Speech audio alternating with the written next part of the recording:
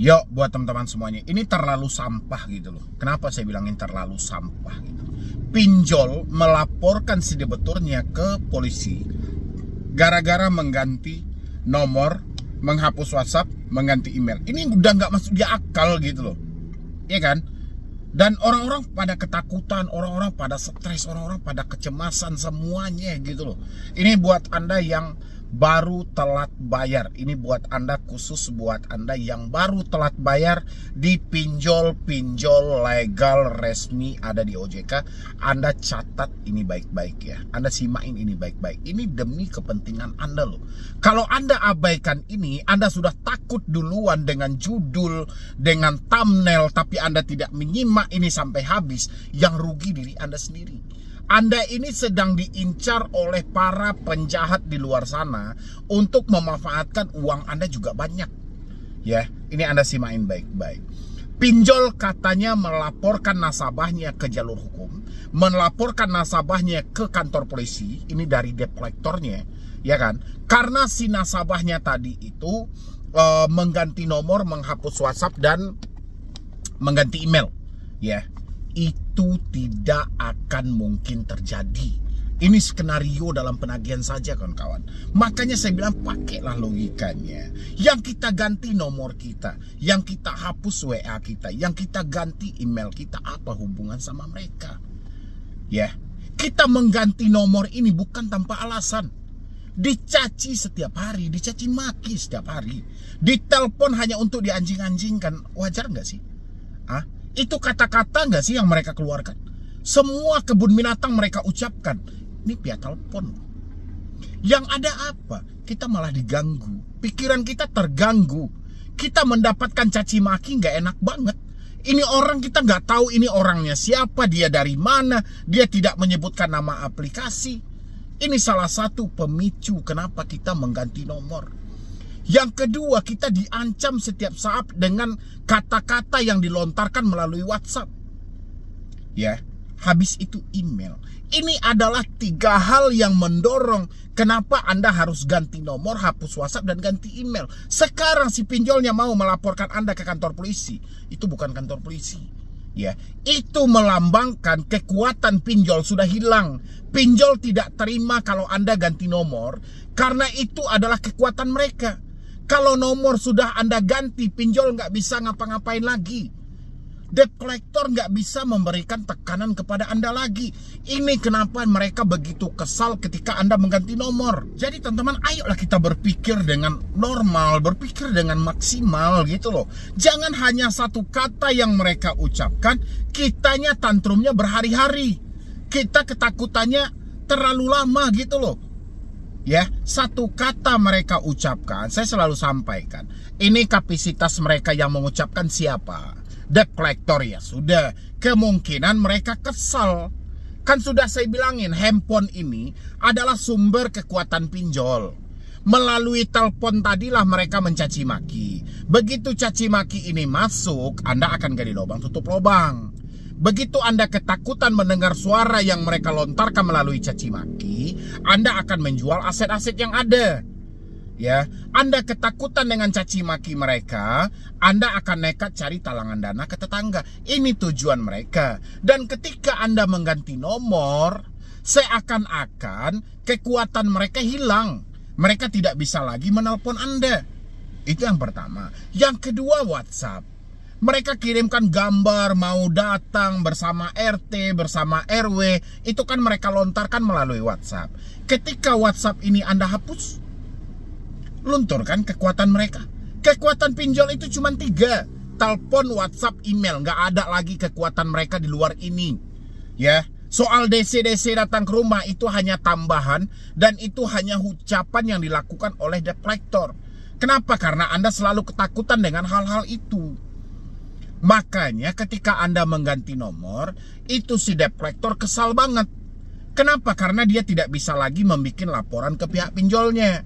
Dia sudah menghubungi Anda atau belum? Kalau dia tidak bisa membuat laporan, ya dia tidak dapat uang makan. Itulah makanya disampaikan oleh debt collector, kalau Anda berani ganti nomor dan hapus WA, ganti email, kami laporkan ke polisi. Itu hanya katanya, faktanya nggak ada. Ya. Pasal apa yang mau dipakai oleh polisi orang kita mengganti nomor kita sendiri? Hah? Kan ini harus nyambung dengan logika teman-teman semuanya. Jadi jangan dikit-dikit hanya semata karena ketakutan, karena Anda kecemas. Saya paham kok, Anda membawa rasa bersalah yang terlalu tinggi. Anda membawa suatu rasa penyesalan yang terlalu besar. Sehingga Anda nggak bisa lagi membedakan mana yang fakta dan mana yang cerita. Tapi tolong buat teman-teman semuanya, tidak semua ucapan harus Anda percaya. Ya, Anda ganti aja nomor Anda, gak ada masalah. Anda ganti nomor, hapus WA, ganti email, itu menyamankan hidup Anda. Dan itu melemahkan si pinjol. Karena Anda mengganti nomor, pinjolnya jadi lemah. Kekuatan mereka seakan-akan tidak ada lagi. Satu-satunya kekuatan mereka untuk Anda yang ada di daerah yaitu tadi, telepon, WhatsApp, email. Dengan mereka bilangin, kami akan datang ke rumah Anda. Nanti data Anda kami limpahkan ke Korwil. Nanti kami bawa slik OJK. Sediakan materai 10.000. Standby di rumah. Sediakan dana lunas. Ini diucapkan melalui WA. Padahal mereka hanya duduk di kantor. Ya, itulah makanya mereka kesal ketika Anda mengganti nomor, menghapus WA, mengganti email. Dia nggak bisa lagi menakut-nakuti Anda. Kalau dia nggak bisa lagi menakuti Anda, baru si pinjolnya berada di ambang kebangkrutan. Kenapa? Karena dia tidak bisa lagi mengendalikan masyarakat yang terjebak. Walaupun Anda tidak ada uang, tapi dia mampu mengendalikan Anda. Data Anda masih bisa dijadikan uang untuk gali lubang tutup lubang. Ya, jadi teman-teman itu nggak usah terlalu percaya. Kalau Anda mau diproses ke jalur hukum hanya semata ganti nomor, hapus WhatsApp, ganti email, tuh nggak ada. Itu omong kosong semuanya. Ya, makanya mulai hari ini kalau Anda menonton saya, Anda menyatakan sudah tidak mampu, daripada Anda disibukkan dengan telepon-telepon yang mengganggu pemikiran Anda, pergi ke konter handphone, modal Anda cuma 20.000 perak, beli kartu baru, ya, daftar lagi entah pakai nick saudara atau pakai nick siapa, daftar lagi, ganti nomor Anda, hapus WA Anda, reset HP Anda ke setelan pabrik. Selamat Anda untuk selamanya. Ya. Jadi Anda nggak diganggu lagi dengan yang namanya ancaman. Anda nggak diganggu lagi dengan yang namanya tekanan. Udah tahu saya bilangin, si pinjol itu karena sistem mereka yang jelek, mereka tidak mau nih ketahuan sistem mereka jelek. Makanya penagihan dibarbarkan, penagihan lebih dikencangkan. Sekarang teleponnya Anda ganti. Jadi debt collector mau menagih Anda kemana lagi? Debt collector mau menakut-nakuti Anda kemana lagi coba? Ya, debt collector mau mengancam Anda mau kemana lagi? Nomor sudah nggak ada. WhatsApp juga seperti itu. Itulah yang membuat si debt collector kesal. Karena dia tidak bisa menakut-nakuti Anda, otomatis mereka tidak dapat uang makan. Makanya dibikinlah kata-kata, kalau Anda berani ganti nomor, kita akan proses Anda dan laporkan ke kantor polisi. Padahal itu nggak ada. Ini nanti saya bikin-bikin yang seperti ini, pasti akan banyak ini pro dan kontra. Ini orang kayak mana sih bikin konten menakuti dan segala macam. Padahal ini laporan Anda semuanya. Bang, kata si debt collector, saya mau dilaporkan ke polisi gara-gara ganti nomor. Iya, oke lah, karena Anda membawa rasa bersalah, karena perasaan Anda terlalu tinggi, ya cepat aja percaya. Padahal nggak akan mungkin. Ya, sedangkan Anda pergi ke kantor polisi aja, Anda minta pendapat sama bapak kepolisian aja, Anda tanya sama bapak kepolisian, Pak, saya terjebak pinjol, saya dicaci maki Pak, saya diancam. Bapak polisinya ngasih saran Anda apa? Ganti aja nomornya Bu, udah abaikan aja. Itu sarannya. Ya. Sekarang nyambung nggak kira-kira debt collector mau melaporkan Anda hanya karena ganti nomor? Nggak nyambung kawan-kawan semuanya. Makanya dari itu kompak kita semuanya, kita kompak bagaimana kita memviralkan pinjol ini supaya Bapak Prabowo juga mendengar nih keluh kesah kita, beratnya cara penagihan yang dilontarkan pinjol. Habis itu OJK seakan-akan tidak peduli, OJK membiarkan. Inilah PR kita yang sangat besar loh. Anda kan bersuara terus tuh, hapus pinjol, hanguskan pinjol di Indonesia, bubarkan OJK. Ayo kita viralkan. Ya, viralkannya bagaimana Bang? Dengan kompak Anda semuanya Galbay Nasional, tanpa perlu lagi gali lubang tutup lubang, tanpa Anda mengalami rasa takut yang hebat, tanpa Anda mengalami rasa takut yang luar biasa. Ya, kemarin asal Anda tahu, ada satu orang anggota kepolisian di daerah Bangka Belitung, ya, itu nekat mengakhiri hidup diduga gara-gara pinjaman online. Ya, itu beritanya bertaburan di media-media sosial. Anda lihat itu. Ya, jadi saya berharap itu jangan sampai ada mengalami hal-hal yang sama seperti ini. Jangan teman-teman nanti pikiran Anda mentok, Anda singkat pemikiran, Anda gelap mata, akhirnya Anda nekat melakukan hal-hal yang tidak seharusnya Anda lakukan. Ya, ini harapan saya buat teman-teman semuanya. Jangan sampai Anda merugikan diri Anda sendiri. Jangan sampai Anda menganiaya diri Anda sendiri hanya semata Anda tidak mampu bayar hutang pinjol. Ya, ingat buat teman-teman, seburuk apapun bayangan yang ada dalam pemikiran Anda, fakta tidak seburuk itu. Walaupun Anda beranggapan saya galbay, nanti kalau Anda berada di sebuah perusahaan atau instansi, Anda bekerja di sana, senior saya tahu, teman-teman saya tahu, ini saya akan malu dan segala macam. Itu nggak usah Anda hiraukan lagi. Ya, please, nggak usah Anda hiraukan lagi. Dan habis itu Anda kompak semuanya untuk memutus komunikasi ini, biar Anda tidak diancam-ancam lagi, biar Anda tidak stres lagi. Ya, dan harapan kita adalah dengan kita viralnya nanti, Bapak Prabowo bisa melirik kita dan mengambil satu keputusan yang tepat, membasmi semua pinjol yang ada di Indonesia. Ini harapan kita. Jadi teman-teman jangan gampang percaya dengan hal-hal yang sepele. Oke? Dan teman-teman boleh lanjutkan ini menonton video yang saya sampaikan tadi. Pokoknya Pak Prabowo harus menghapus pinjol yang ada di Indonesia. Ini nggak bisa lagi dipermainkan.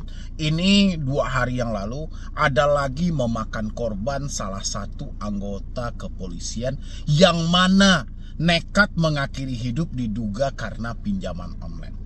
Ya, hanya saja pinjaman online-nya tidak pernah disebutkan, yang mana katanya hanya satu aplikasi saja dengan jumlah yang cukup tinggi. Ya, jadi Bapak Prabowo melalui pemerintahan hari ini jangan anggap ini urusan sepele. Pinjol ini bukan perkara main-main, Pak. Tapi mereka serius dalam menghancurkan perekonomian Indonesia. Siapapun yang menjadi korban dari pinjol ini, miskin semiskin-miskinnya, ketakutan setakut-takutnya, dan salah satunya ini dari sekian banyak yang telah mengakhiri hidup, ini yang terbaru, seorang anggota kepolisian yang mana diduga nekat mengakhiri hidupnya karena semata pinjaman online. Saya mau ngajak dulu buat teman-teman semuanya untuk menyimak video ini sampai habis. Silahkan. Makanan kayak coba lo masuk lah. Assalamualaikum lo. Mau masuk lah, bawa. Coba dulu. Video nih. Video lo.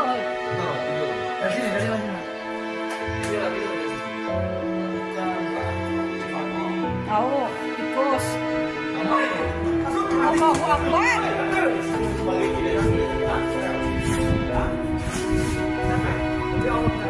Allah. Ya Allah.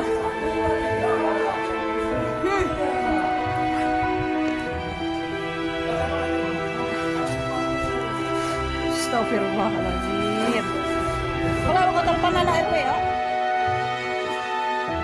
Curiga rekannya tidak masuk kerja selama beberapa hari, sejumlah anggota Satuan Intel Polda Bangka Belitung mendobrak pintu rumah rekannya di Kelurahan Sinar Bulan, Kecamatan Bukit Intan, Kota Pangkal Pinang.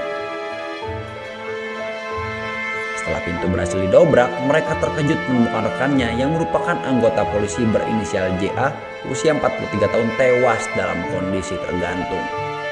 Kabid Humas Polda Kepulauan Bangka Belitung Kombes Polisi Fauzan dalam keterangannya menyebutkan bahwa dugaan sementara korban nekat mengakhiri hidupnya akibat masalah ekonomi, terutama utang piutang di salah satu pinjaman online dengan jumlah yang sangat besar.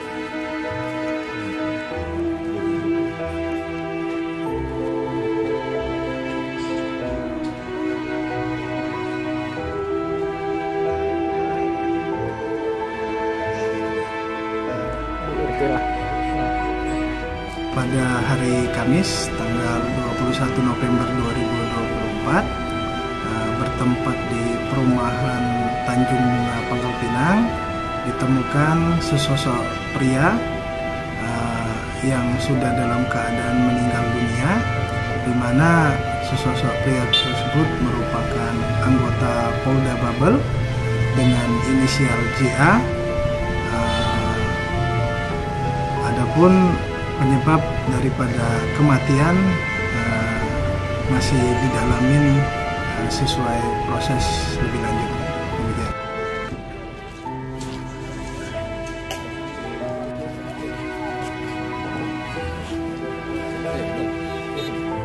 Meski dugaan sementara mengarah pada masalah ekonomi, polisi masih terus menyelidiki lebih lanjut kasus yang melibatkan anggota Polda Bangka Belitung tersebut.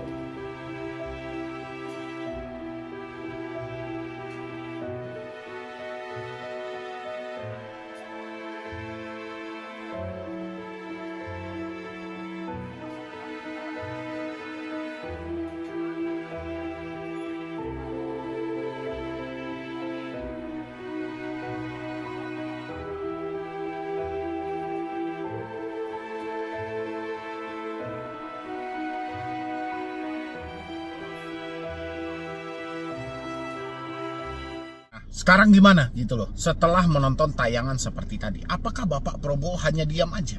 Ya, apakah Bapak Prabowo hanya lebih percaya dengan yang namanya otoritas jasa keuangan? Ini otoritas sudah nggak jalan sama sekali dalam pengurusan pinjaman online. Ini OJK sudah mandul gitu loh, nggak ada lagi fungsinya, nggak ada lagi turunan ke bawahnya gitu loh. Ya, sudah mentok sampai di sini. OJK kalau ditanya apa yang terjadi dengan pinjol legal, dia nggak tahu. OJK hanya mengkambing hitamkan urusan pinjol ilegal. Ya, seakan-akan yang paling bejat itu adalah pinjol ilegal, padahal OJK lupa. Ada serigala berbulu domba, ada pinjol legal yang mereka izinkan. Ini menjadi musuh berat dari masyarakat Indonesia. Ya, tanya aja sama masing-masing mereka. Jangan Bapak Prabowo kalau mau menindaklanjuti tentang kasus pinjol ini, jangan pernah minta data sama OJK, tapi cari fakta. Kan sudah saya bilangin, coba uji, pinjam semua pinjol yang ada. Pinjam, ada 97 pinjol yang legal di bawah naungan OJK. Coba pinjam, ya, berapa biaya pemotongannya, berapa lama tenornya, berapa besar bunganya, ya kan? Coba bayarkan dengan tepat waktu. Habis itu pinjam lagi, ya kan, coba telatin seperti apa penagihannya. Dimanusiakan nggak orang ini gitu loh. Ya, ini yang harus diperhatikan lebih khusus oleh Bapak Presiden Prabowo. Bapak sudah sukses, Pak, menghapus hutang petani, menghapus hutang nelayan, menghapus hutang UMKM. Tinggal Bapak harusnya juga sukses menghapus hutang pinjaman online. Ya, banyak masyarakat yang dikorbankan di sini, Pak. Mereka sangat kesulitan untuk keluar. Mereka sangat susah untuk menarik diri mereka keluar dari jeratan ini.